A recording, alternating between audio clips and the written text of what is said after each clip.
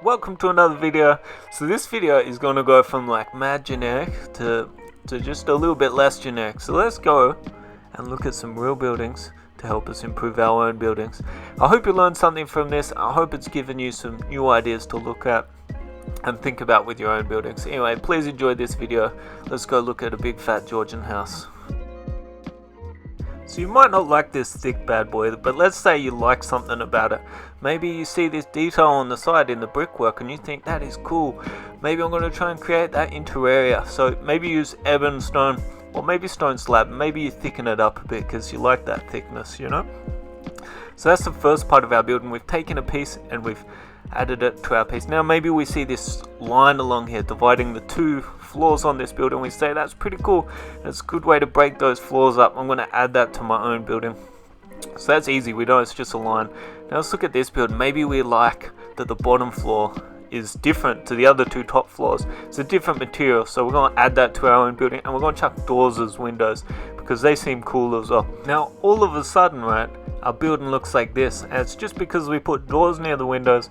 We separated the two floors so they've got a dividing line in there, and then down the bottom we changed the material to be a bit different, and then we did that pattern up the side. So we just took a few ideas. Now this isn't a building, obviously, it's just a segment, but it's a pretty solid start. I mean, we could experiment more with this. We could put a proper roof on it and then put some extensions on the side, or we could actually knock down that wall on the right and just extend it, put a big fat entrance on it, make it a big ass building if we wanted to, just like this Georgian house, you know.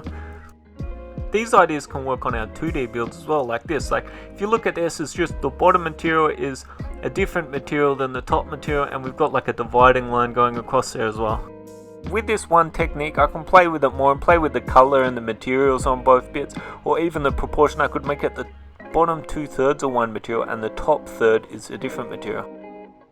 But let's go and look at these buildings a bit more and see what else we can learn. So if we take a look at these windows here, right, we can see that there's two frames. There's the white frame and then there's the colored frame around it, and that colored frame is connected to the dividing line. Now maybe we like that, or maybe we just like the window proportions, how there's a small piece above a big piece, and maybe we take that for our next build. We take whatever we want, you know. Now we haven't been copying anyone, we've just been copying what the people copy. Now we haven't really tried to look for unique details, but we can go in and look at unique buildings to get unique details and to give us ideas that other people haven't got. But this is where all the build tricks come from, you know. Alright, I'm just joking a little bit there, right? So we do experiment on top of this, but this is just a cool extra way to teach you and to look at, you know, if you find weird buildings, if they're in games or like anything, you can apply this. You just take bits and pieces that you like. You don't have to do a whole replica of a building if you don't want to, and if you want to be original, you can still experiment on top. It's just you go and look at stuff and you take bits and pieces that you like. You find out why certain buildings look good, and you know you can use it on your own. And it's a cool way, and you can do this not just with exteriors. Let's look at some interiors, alright? So let's say the common bar. Everyone knows how to build a bar in Terraria, but if let's say we're trying to make a cafe, and we notice that while looking up some cafes we see that they have bar stools in the window. So we know how to make a bar and bar stools, so we just put it in a window and put it near the front door, and then put our own countertop. And then suddenly we have a dope as hell looking cafe. This is just a quick build, right, that I did as an example. So let's not look at that tree in the top right corner. Let's not look too closely at this. This is quick for the sake of a tutorial. But we have a dope looking seating arrangement that we might not have originally thought of off the top of our head, but looking at cafes has helped us for our cool unique little build. Let's go on to another level even. Fish mech. Now man, I don't even have much to say about this one, right? You can experiment on any level and get ideas on any level on anything. Like maybe you're looking back at cafes again and you're looking at that Japanese cafe with the waiter and you're like the robot waiter, not just a normal waiter, and then you think I'm going to create my own robot waiter. The more places that we can get our ideas from, then the more adaptable of builder we can be, and the more we can experiment and play with. And as well as getting ideas from other builders, then if we combine it with outside references and sources, then we're just going to be much better at building and still do things that don't feel like they've been done 100 times before. I think it's pretty obvious, but the more blocks that we use, the more we have to play with. And it's the same with rooms. Like the bigger we go, the more we have to experiment with and the more segments that we add. And Most people build real small, and I think that was something that I kept doing with my exteriors. I kept finding that I was just building them too small. So it was like limiting me a lot in what I could actually play with. Even though I think you can still play with the small scale a fair bit, a lot of people are building on the small scale. So if you look at most houses, they're like 1-bedroom houses.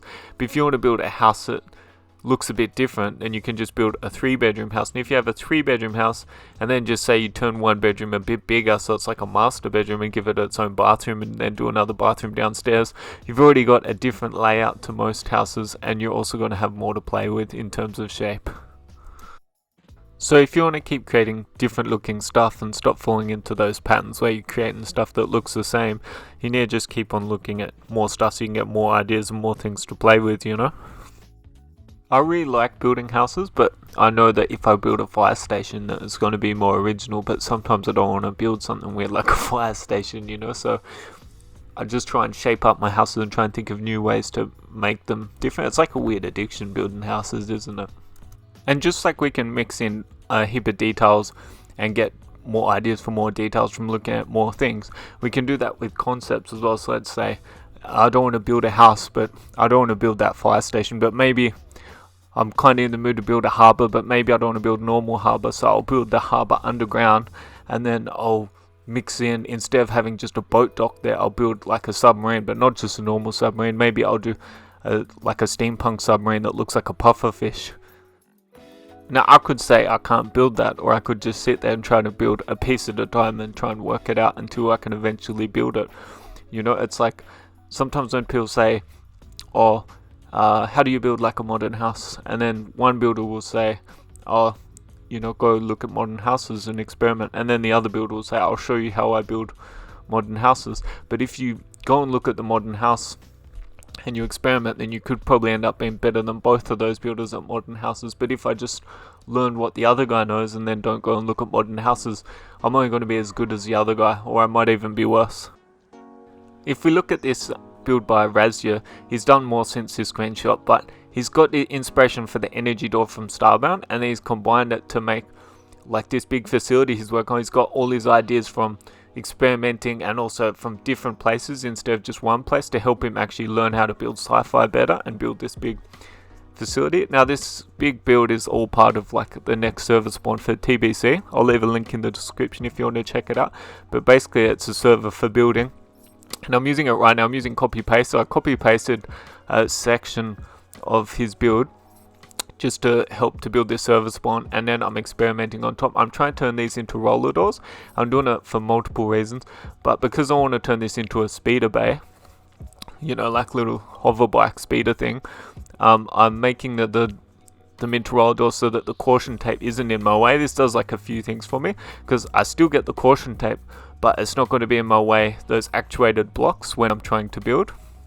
So moving one of those doors so it looks like it's open with shadow paint, it gives me space to build the speeder, and it also allows the speeder to stick out, because if I build a vehicle that's like grey and then I have a grey wall behind it, it gets real messy and it doesn't look good. It looks good if things stand out when you start building in layers, and it just simply looks a lot better and a lot cleaner if there's more colour and if you can get things to stand out as well.